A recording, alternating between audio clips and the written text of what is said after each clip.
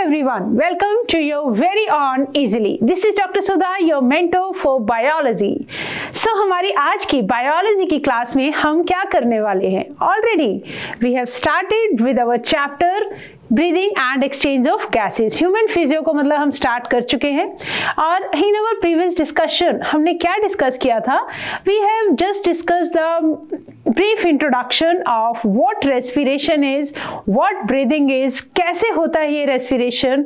तो थोड़े से ब्रीफ इंट्रोडक्शन के साथ we have already started with our chapter और जिसमें कि हमने एवोल्यूशन ऑफ रेस्पिरेटरी ऑर्गन्स को भी डिस्कस किया था. तो हमारी उसी कंटिन्यूएशन को कंटिन्यू रखते हुए, उसी डिस्कशन को कंटिन्यू रखते हुए आज हम डिस्कस करेंगे बेटा स्टेप्स ऑफ रेस्पिरेशन के बारे में. ठीक है, हम बेसिकली क्या करेंगे, ह्यूमन रेस्पिरेटरी सिस्टम के जो ऑर्गन्स हैं, जो स्ट्रक्चर्स इन्वॉल्व है, उन सबको वन बाय वन डिस्कस करेंगे. फिर हम बात करेंगे कि किस तरह से जो एयर अंदर जाती है, कैसे ऑक्सीजन और कार्बन डाइऑक्साइड का एक्सचेंज होता है, किस तरह से जो इनहेलेशन का प्रोसेस है वो कैसे मसल्स के इन्वॉल्वमेंट से, थोरेसिक कैविटी के डायाफ्राम की हेल्प से कंप्लीट होता है और साथ ही साथ एक्सपीरेशन कैसे होता है. ठीक है, तो ये सब बातें आज हम डिस्कस करने वाले हैं. लाइव क्लासेस, लेक्चर जो भी हमारे रिकॉर्डेड लेक्चर्स हैं और for 11th class as well as for NEET complete syllabus के लिए आप हमें ज्वाइन कर सकते हैं साइंस इजीली पर. ठीक है, तो don't forget to subscribe to our Science Easily channel so that you may get the complete syllabus for 11th, 12th as well as for NEET.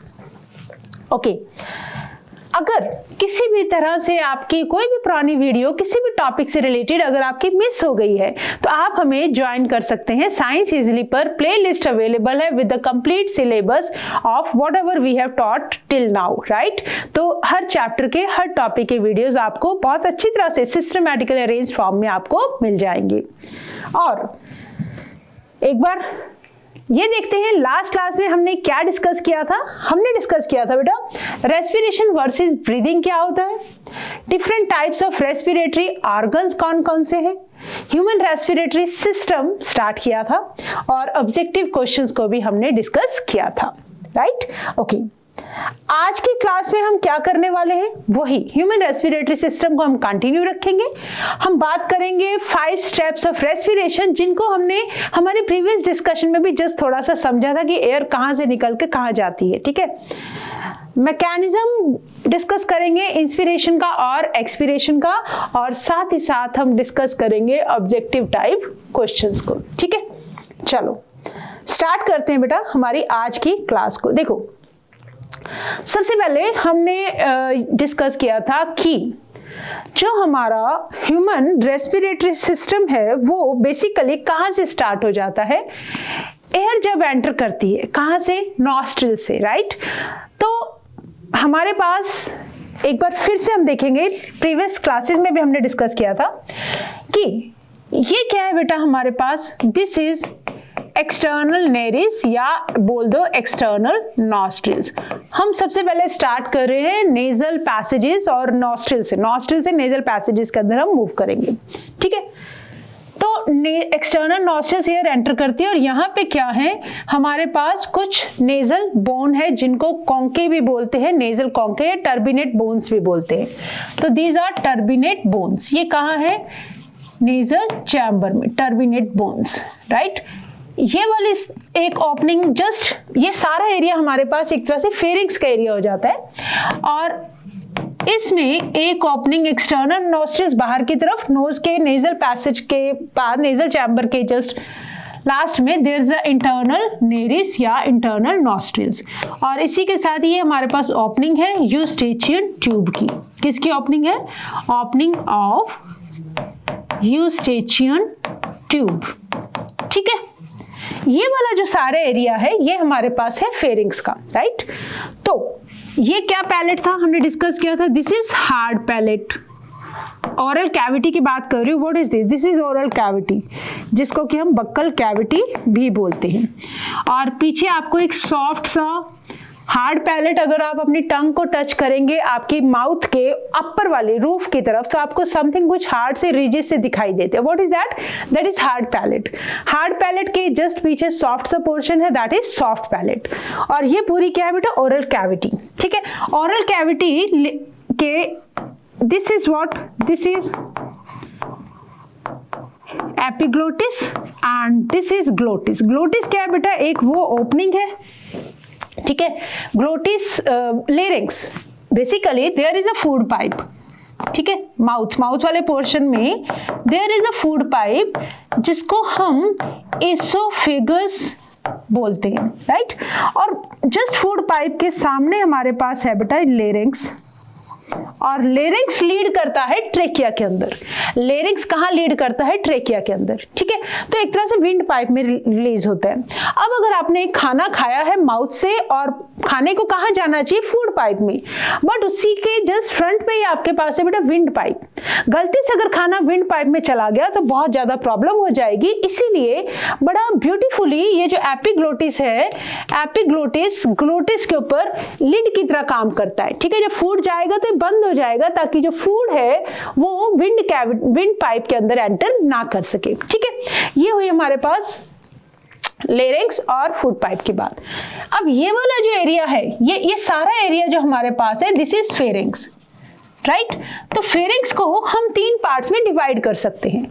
जो माउथ की तरफ वाला एरिया आ जाता है, दिस इज ओरल कैविटी, ठीक है। तो oral cavity के इधर जो एरिया, दैट इज ओपी, नीचे की तरफ आ जाएगा LP, laryngopharynx, then oropharynx and this is nasopharynx, right.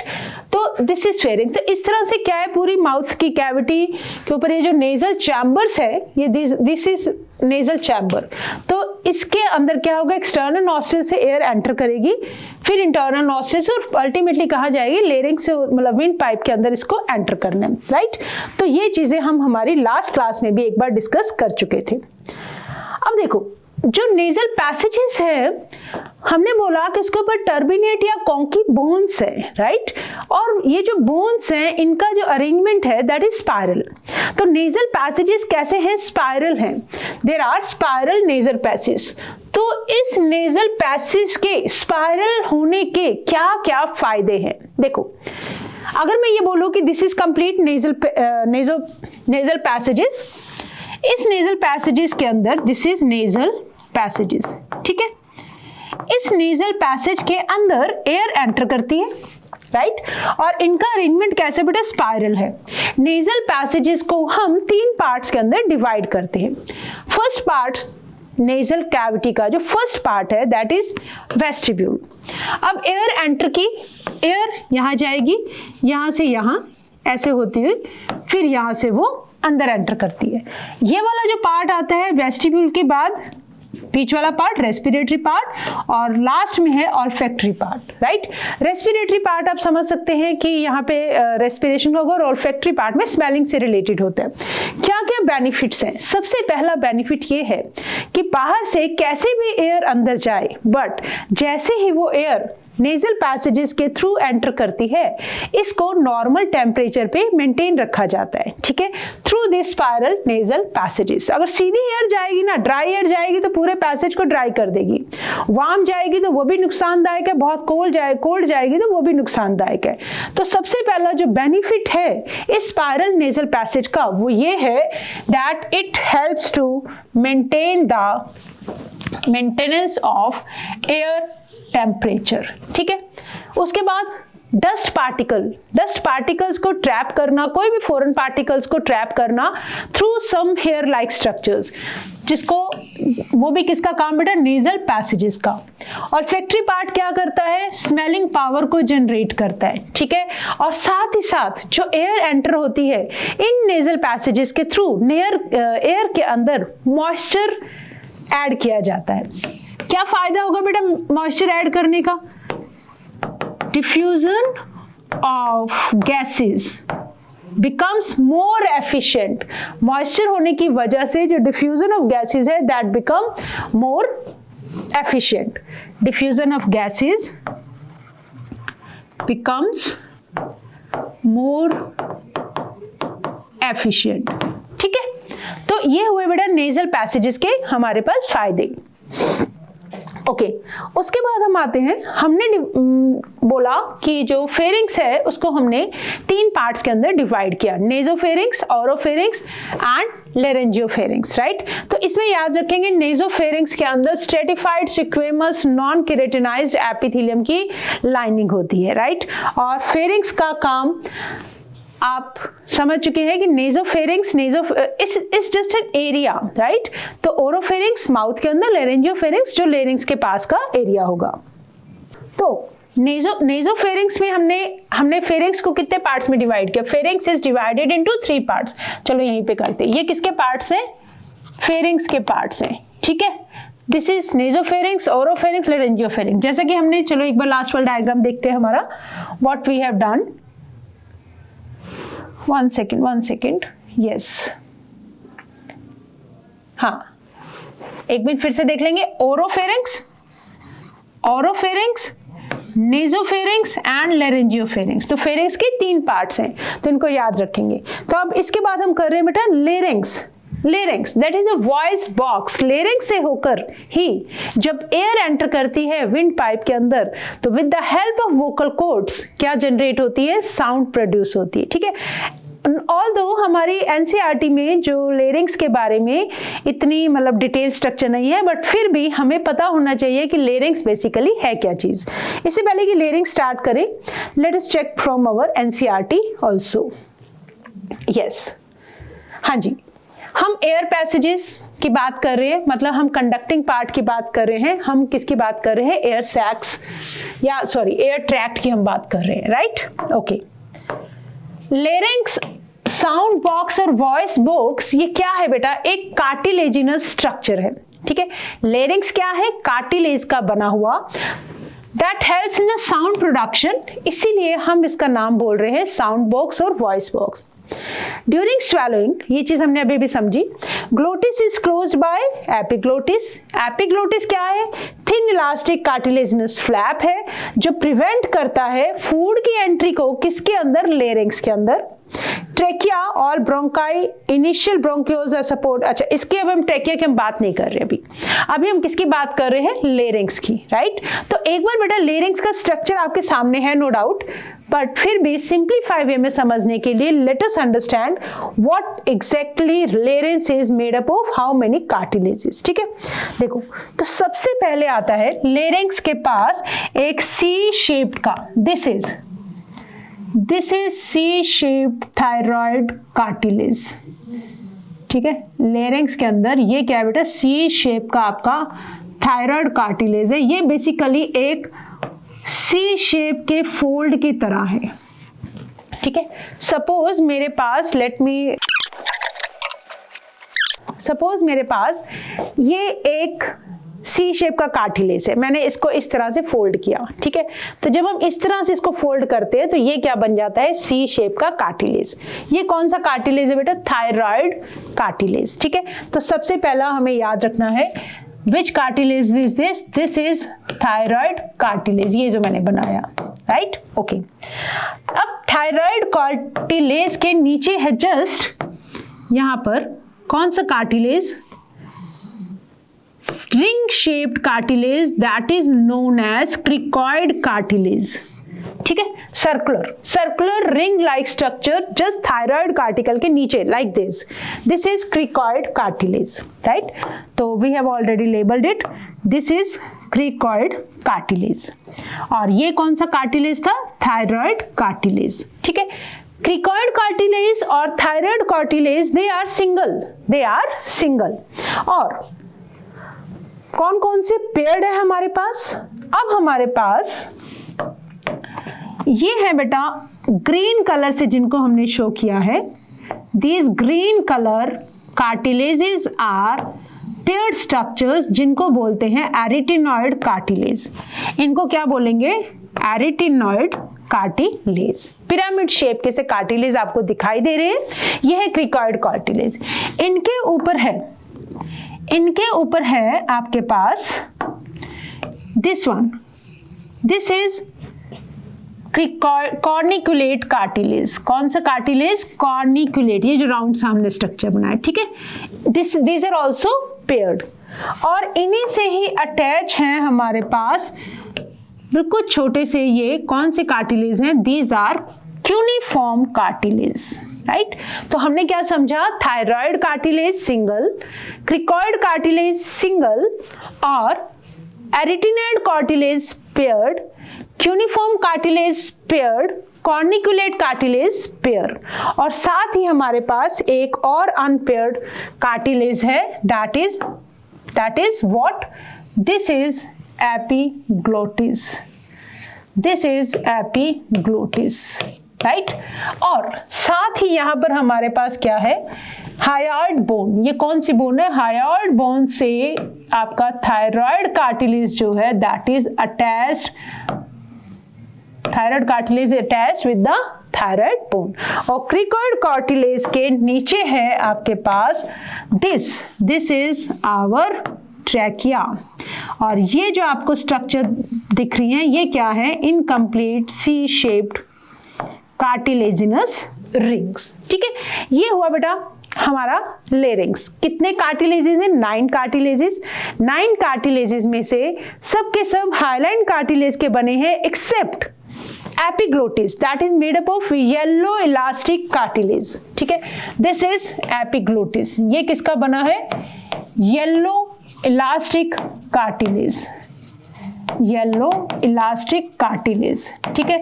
तो आपके पास टोटल 9 है। 9 में से ये पेयर में एरिटिनॉइड, कॉर्निकुलेट और cuneiform, these are paired structure, और बाकी क्या है, अनपेयर्ड स्ट्रक्चर्स हैं, राइट। तो ये है बेटा एक तरह से आपका लेरिंग्स, और ये इसका डॉर्सल व्यू और ये है इसका वेंट्रल व्यू। वेंट्रल व्यू से आपको यहाँ से मेल्स के अंदर एडम्स एप्पल भी दिखाई देता है। ये कौन सा कार्टिलेज हो गया, that is cricoid cartilage, this is cricoid cartilage. ये क्या है, कार्टिलेजिनस रिंग के साथ है आपका ट्रेकिया, पीछे से आपकी रिंग्स कंप्लीट नजर आ रही हैं।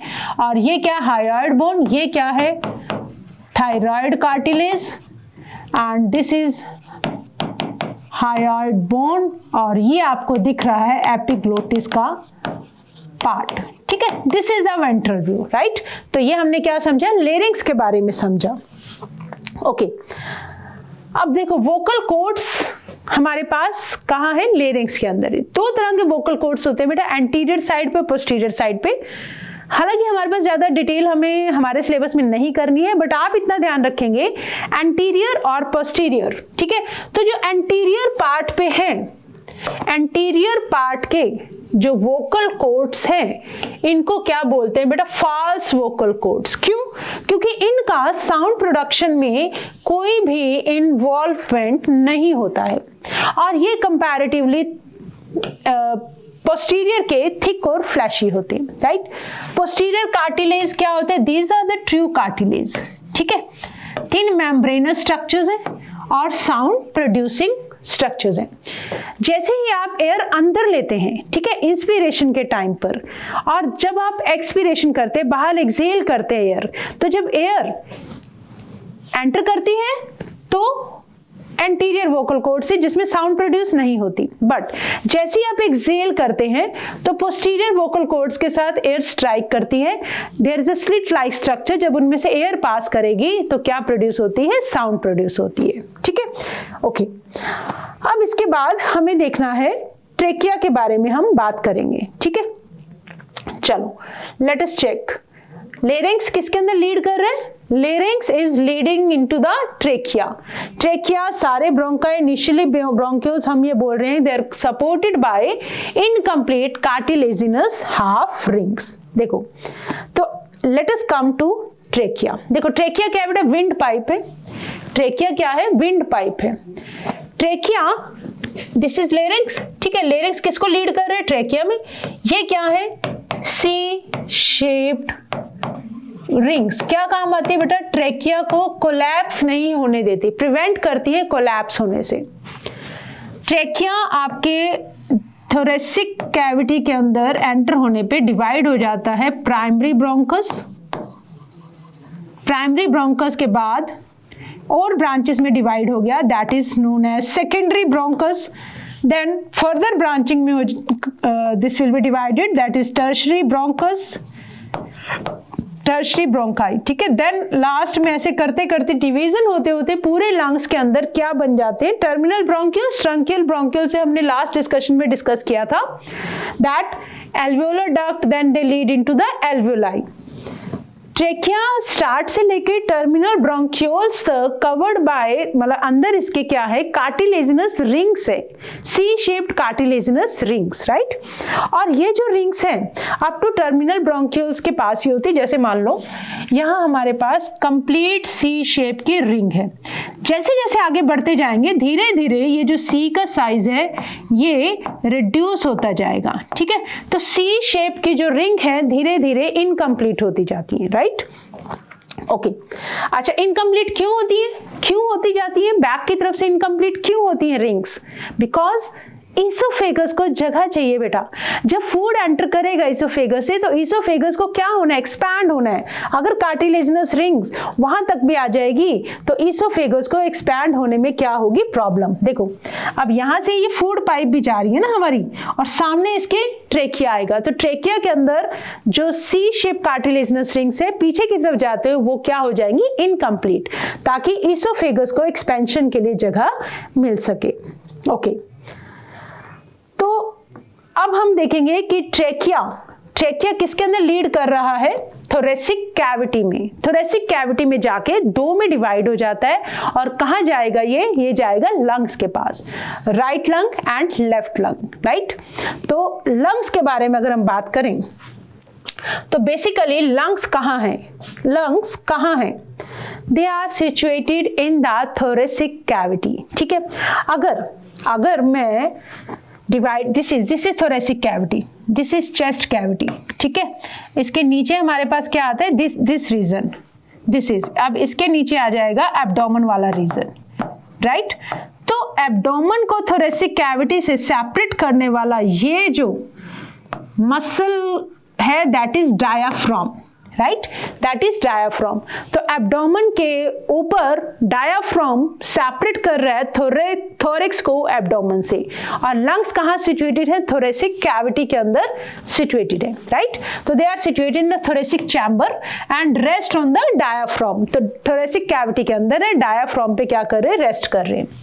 हर लंग को कवर करने के लिए देयर आर टू लेयर्स जिनको बोलते हैं प्लूरल लेयर्स, आउटर प्लूरल और इनर प्लूरा, ठीक है।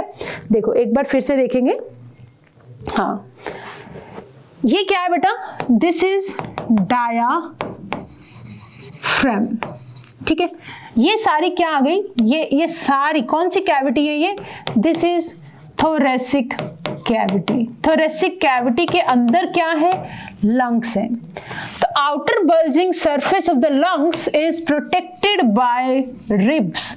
ये जो पूरा आउटर सरफेस होगा बाहर की तरफ, चेस्ट कैविटी के से बाहर की तरफ जो बल्जिंग पोर्शन है that is protected by ribs. और इस सरफेस को क्या बोलेंगे हम, कोस्टल सरफेस। क्या बोलेंगे, कोस्टल सरफेस। वो सरफेस जब चेस्ट कैविटी का बल्जिंग वाला पार्ट जिसके अंदर लंग्स प्रेजेंट है and that is covered by ribs, protected by other ribs, rib cage जो बनाएंगे तब हम उस पार्ट को बोलेंगे बेटा कोस्टल सरफेस। और दो लंग्स के बीच में ये जो स्पेस है this is known as mediastinum. इसको क्या बोलेंगे, mediastinum. Central place between the lungs is known as mediastinum. These are covered by pleural membrane lined by simple squamous epithelium। और ये जो pleural membrane है, देखो ये जो white से हमने बनाई, this is inner pleural membrane। Let us write here inner pleural membrane। This is green वाला portion जो हमने बनाया outer प्लूरल मेम्ब्रेन। और इनके बीच में क्या भरा हुआ है बेटा, इनके बीच में है हमारे पास प्लूरल फ्लूइड जो फ्रिक्शन अवॉइड करता है, मतलब लुब्रिकेशन प्रोवाइड करता है। जब लंग्स को मूव करना पड़ता है तो लंग्स की मूवमेंट की वजह से क्या होगा, फ्रिक्शन आ सकता है, तो जिसमें प्लूरल फ्लूइड हेल्प करता है उस फ्रिक्शन को प्रिवेंट करने में, राइट। अब देखो जो लंग्स हैं वो बेसिकली ऐसा नहीं है कि कोई as it is structure, they are solid spongy structure, they are solid, लिखेंगे यहाँ पर, they are solid spongy structures, ठीक है। छोटे छोटे इनके अंदर क्या है, स्पॉन्ज लाइक स्ट्रक्चर्स है, दे आर सॉलिड स्ट्रक्चर, और ये फिट है बेटा थोरेसिक कैविटी के अंदर। जैसे जैसे आपकी थॉरिक्स की वॉल मूव करती है वैसे वैसे लंग्स का एक्सपेंशन या कॉन्ट्रैक्शन होता है, इस बात को अपने माइंड में रखेंगे। ये जो ट्रेकिया है, ठीक है, ट्रेकिया के पास C shaped cartilaginous ring up to terminal bronchioles तक कंटिन्यू रहती है रिंग्स, उसके बाद रिंग्स नहीं होती हैं, धीरे धीरे इनका साइज कम भी होता जाता है। ये जो पार्ट है जब ब्रोंकस डिवाइड कर रहा है, ट्रेकिया डिवाइड कर रहा है दो ब्रोंकाई में, इसको बोलते हैं हाइलस, ठीक है। This is our right lung and this is our left lung. Right lung को हमने डिवाइड किया है बेटा 3 लोब्स में, right superior, right middle, right inferior, और लेफ्ट लंग को डिवाइड किया गया है 2 लोब्स में, right superior left superior, left inferior. और यहीं पे लेफ्ट लंग में आप ये एक डिप्रेशन से देख रहे हैं, ठीक है, ये डिप्रेशन है बेटा कार्डियक नॉच। यस, यहाँ पे क्या होगा, आपका हार्ट फिट होगा, कार्डियक नोच। कार्डियक नोच किसकी जगह है, हार्ट की प्लेस है ये, राइट। तो right lung, left lung, right lung थोड़ा सा क्या होता है वॉल्यूम में, मतलब थोड़ा सा इसमें ऊंचा होगा, क्यों होगा, बिकॉज लीवर है यहाँ पर, नीचे की तरफ लीवर है, तो लीवर के लिए भी स्पेस बनाना पड़ता है, ठीक है। तो right lung comparatively left lung comparatively larger होता है as compare to right lung. Okay, ये पढ़ा बेटा हमने लंग्स के बारे में, ठीक है। यहाँ जाओ, क्या पढ़ा हमने, राइट लंग के पास 3 लोब्स हैं, लेफ्ट लंग हैज 2 लोब्स, ये याद रखेंगे। जो प्लूरल फ्लूइड प्रेजेंट है बिटवीन 2 लेयर्स, क्या काम है उसका, लुब्रिकेशन का, लुब्रिकेट करेगा सरफेस ऑफ लंग्स को और प्रिवेंट्स करेगा friction between the membranes, 2 membranes के बीच में फ्रिक्शन को प्रिवेंट करता है। ओके, अब यहाँ आ जाओ, देखो हमने क्या पढ़ा, लंग्स के अंदर ब्रोंकाई है, ट्रेकिया डिवाइड किया, right bronchus, left bronchus, bronchioles है और एल्वियोलाई है। लंग्स के अंदर दिस इज ब्रोंकियल ट्यूब। तो अल्टीमेटली ब्रोंकियोल्स किसमें लीड कर रहे हैं बेटा, ये जो सैक्स है, बैलून लाइक स्ट्रक्चर्स है जिनको बोलते हैं एल्वियोलाई, और ये एल्वियोलाई ही वो जगह है जहां से गैसियस एक्सचेंज होगा, ठीक है। तो ये पूरा का पूरा जो आप स्ट्रक्चर देख रहे हैं, दीज आर व्हाट, एल्वियोलाई। तो alveoli are the structural and functional unit of the lungs. Basically lungs का काम क्या बेटा, रेस्पिरेशन। रेस्पिरेशन में मतलब क्या होगा, ऑक्सीजन अगर अंदर गई है तो एक्सचेंज ऑफ गैसेस होगा। एक्सचेंज ऑफ गैसेस के लिए किसी भी मेम्ब्रेन से अगर एक्सचेंज ऑफ गैसेस होना है तो that membrane should be thin, that should be moist, that should be richly supplied with blood. ये तीनों की तीनों बातें एल्वियोलाई के साथ पूरी पूरी फिट बैठती हैं, इसीलिए alveoli are the structural and functional unit of lungs for respiration. Alveoli उनकी ducts form the respiratory और exchange part of the respiratory system। हमने पढ़ा था जब हमने स्टार्ट किया था कल चैप्टर, हमने तो डिस्कशन किया था कि ब्रोंकस से लेके, प्राइमरी ब्रोंकस से लेके अप टू टर्मिनल ब्रोंकियोल्स तक it is a conducting part, right. और उसके बाद क्या शुरू होता है, एल्वियोलाई वाला part, that is the respiratory part, जहां पे exchange of gases takes place. We have discussed in our discussion that there are 5 steps of respiration। क्या क्या होते हैं देखो, सबसे पहले pulmonary ventilation, मतलब ब्रीदिंग के थ्रू आपने क्या किया, एयर आपके अंदर गई, ठीक है। एयर में ऑक्सीजन, गैसियस एक्सचेंज हुआ बिटवीन लंग्स के एल्वियोलाई में और ब्लड में, ऑक्सीजन दे दी गई, कार्बन डाइऑक्साइड ले ली गई, ये चीज हमने समझी थी। गैसेस का ट्रांसपोर्ट होगा, ऑक्सीजन का ट्रांसपोर्ट, कार्बन डाइऑक्साइड, ऑक्सीजन कहाँ जाएगी, टिश्यूज के पास, कार्बन डाइऑक्साइड टिश्यू से ब्लड के अंदर डिफ्यूज कर जाएगी, फिर ब्लड और टिश्यूज में गैसियस एक्सचेंज हुआ।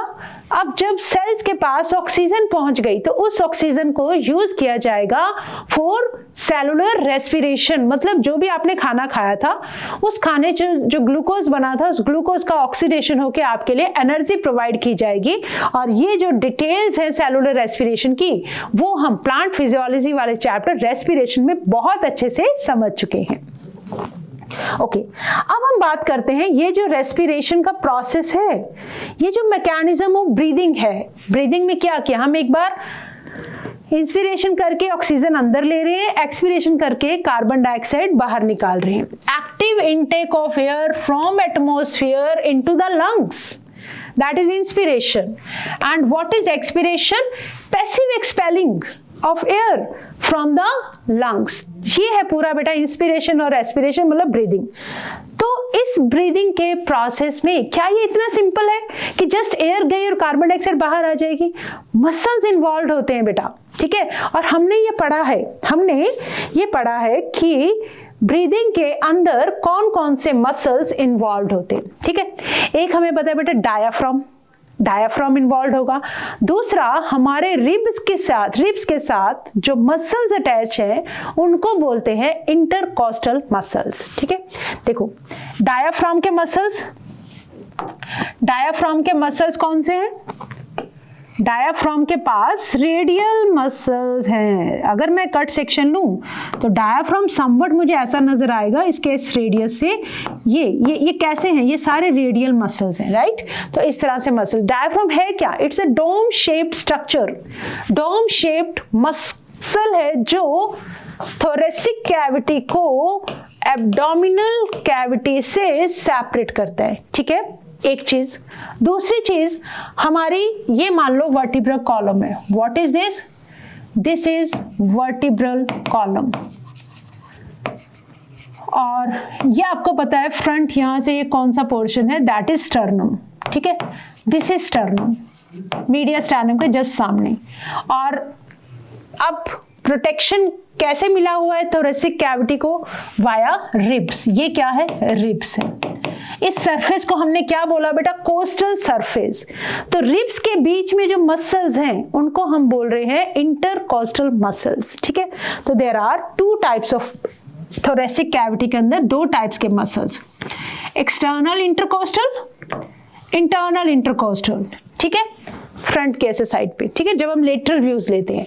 बट जब हम इसके थोरेसिक कैविटी और एब्डोमिनल कैविटी को देखते हैं तो फ्रंट साइड पे हमारे पास क्या है? Diaphragm, that is a dome shaped muscle. Okay, अब ये दोनों मसल्स जो हैं they are involved in breathing.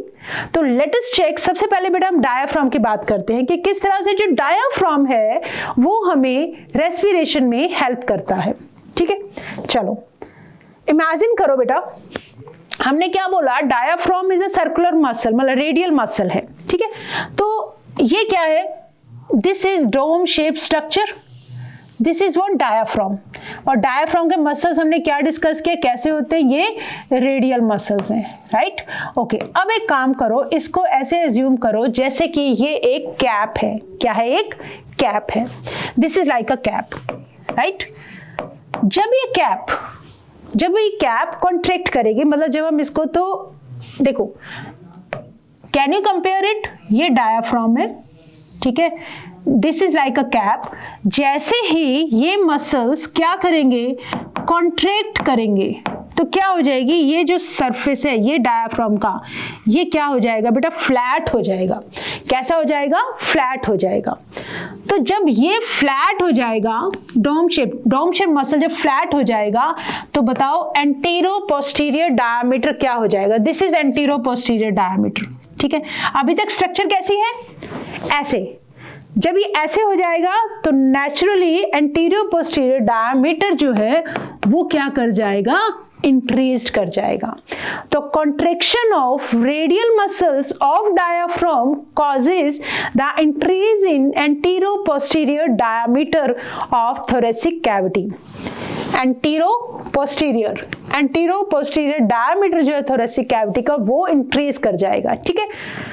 सांस अंदर लेके देखो अंदर। जब आप अंदर स्ट्रेच करते हैं तो क्या होगा? डायाफ्राम फ्लैट हो जाएगा, जिसकी वजह से thoracic cavity anterior posterior diameter increase हो जाएगा। ओके, दूसरे मसल्स की समझने के लिए हम बात कर रहे हैं intercostal muscles. External intercostal muscles जो हैं दे एक्टिवली पार्टिसिपेट इन रेस्पिरेशन, ठीक है। एक्सटर्नल इंटरकोस्टल मसल्स, इमेजिन करो बेटा एक बकेट है आपके पास। क्या है आपके पास? दिस इज अ बकेट, ठीक है। बकेट के ऊपर ये आपका क्या लगा हुआ है? हैंडल लगा हुआ है। जब ये रिलैक्स पोजीशन में है तो ये बटक का ये जो हैंडल है that is in the normal position, ठीक है।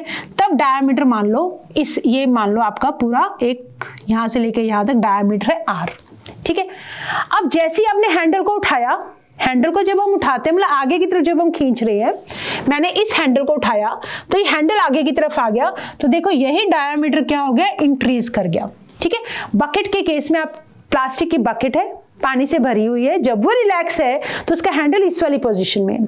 जैसे ही आप उसको उठाओगे तो आपने क्या किया, हैंडल को आगे की तरफ मूव कर दिया। मतलब अब इसको रिलेट करो आपकी थोरेसिक कैविटी से। ये क्या है बेटा, this is your vertebral column, ठीक है, this is your vertebral column. यहाँ पे ये क्या है, दिस इज स्टर्नम, ये अभी भी हमने समझा, दिस इज स्टर्नम। और ये अटैच क्या है बेटा, रिब्स है। ये है बेटा normal position, this is the normal position, this one.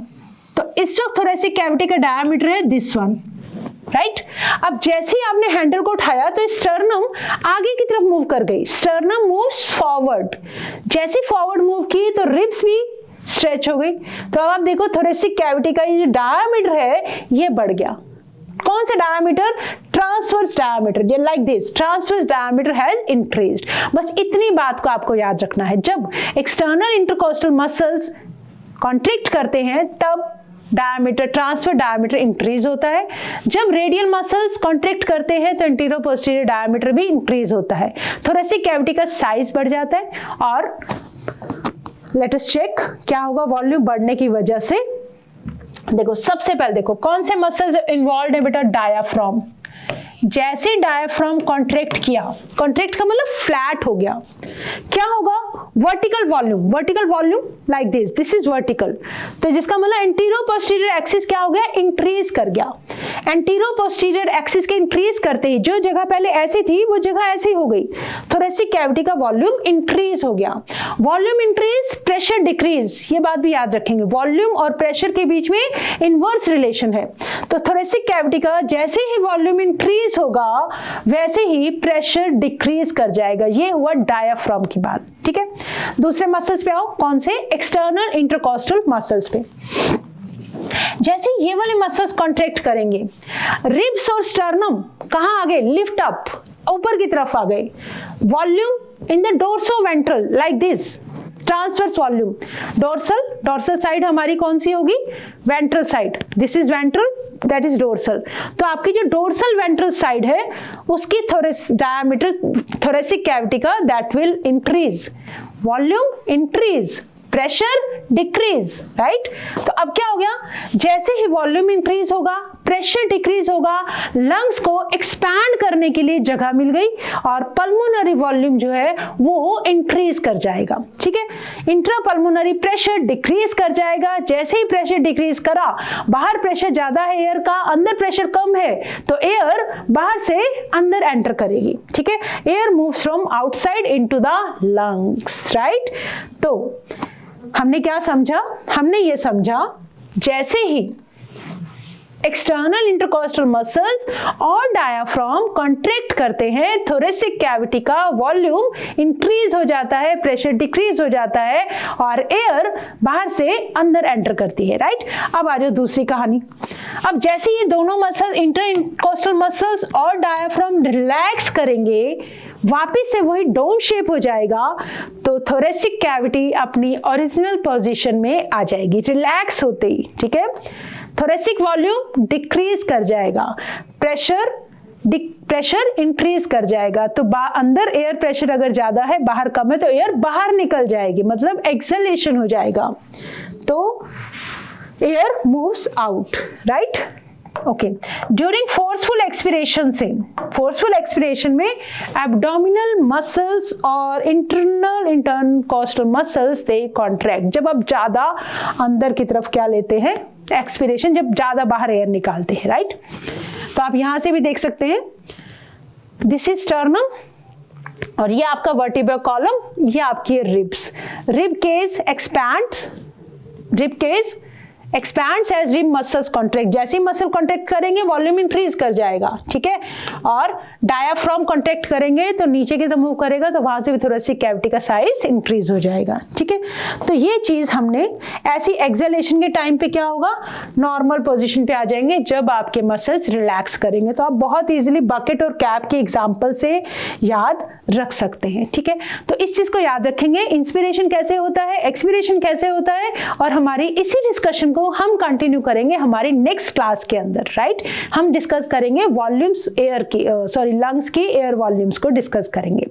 But now it's a time to answer some questions. चलो सबसे पहले आंसर देंगे, मैमल्स के अंदर voice is produced by larynx, very simple, right. Okay, आगे आ जाओ। Glottis is an opening in the floor of, किसकी फ्लोर पर, फेरिंग्स, फेरिंग्स के नीचे है ना, ओरोफेरिंग्स, वहां पे क्या है, लेरिंग्स में जब लीड करेगी तो वहां पे क्या है, एपिग्लोटिस, जो ग्लोटिस को क्लोज करने का काम करती है। ओके, नेक्स्ट आ जाओ। The chambers form dorsally by, dorsally vertebral column, ventrally, देखो this is dorsal ventral column, vertebral column, sorry, ventrally ये क्या है बेटा, sternum, ventrally ये क्या है, sternum, laterally by ribs, तो यहां से क्या आ रही हैं आपकी, ribs आ रही हैं, and on the lower side by a dome shaped diaphragm। तो ये किसकी बात हो रही है, ये बात हो रही है thoracic chamber की, ये क्या है, ribs है, ठीक है। तो दिस इज वर्टिब्रल कॉलम, एक second, this is vertebral column, this is sternum, तो ये क्या बन गया, थोरेसिक चैम्बर, राइट। ओके, आगे आ जाओ। स्टेट द इनकरेक्ट, जैसे ही आपसे नोट पूछ लिया जाए, इनकरेक्ट पूछ लिया जाए, आप क्या किया करो, उसको मार्क कर लिया करो कि हमें इनमें से इनकरेक्ट स्टेटमेंट को ढूंढना है। Pleural fluid reduces the friction on the lung surface, बिल्कुल सही। Anatomical setup of lungs in thorax is such that any change in the volume of the thoracic cavity will be reflected in the lung cavity. Such an arrangement is essential for breathing as we cannot directly alter the pulmonary volume. जो lungs हैं वो thoracic cavity के अंदर fix हैं। इस तरह से arrangement है कि जैसे जैसे थोरेसिक कैविटी एक्सपैंड करेगी वैसे वैसे लंग्स का एक्सपेंशन या कॉन्ट्रैक्शन होगा। That is all related to expansion and contraction of the thoracic cavity, because हम अपनी मर्जी से बेटा ऑल्टर नहीं कर सकते पल्मोनरी वॉल्यूम्स को। Trachea, primary, secondary and tertiary bronchi and initial bronchioles, ये सपोर्ट होते हैं by complete cartilaginous rings. During swallowing, glottis can be covered by a thin elastic cartilaginous flap called epiglottis to prevent the entry of food. ये भी सही है, but हमने ये देखा इनकम्प्लीट होती जाती है बेटा रिंग्स, जैसे जैसे आप आगे आगे मूव करते जाओगे।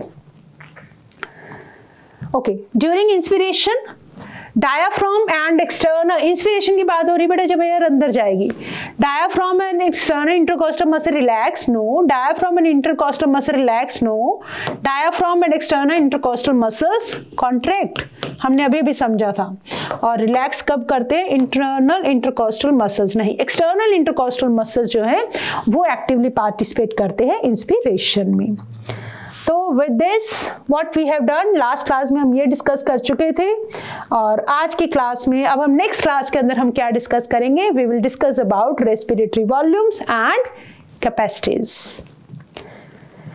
And what we have done today we have discussed about respiration, inspiration, expiration, कौन से muscles involved होते हैं। तो with this it's a time to say thank you for watching, and don't forget to subscribe to our channel, Science Easily channel, and always remember that you have to learn with a smile.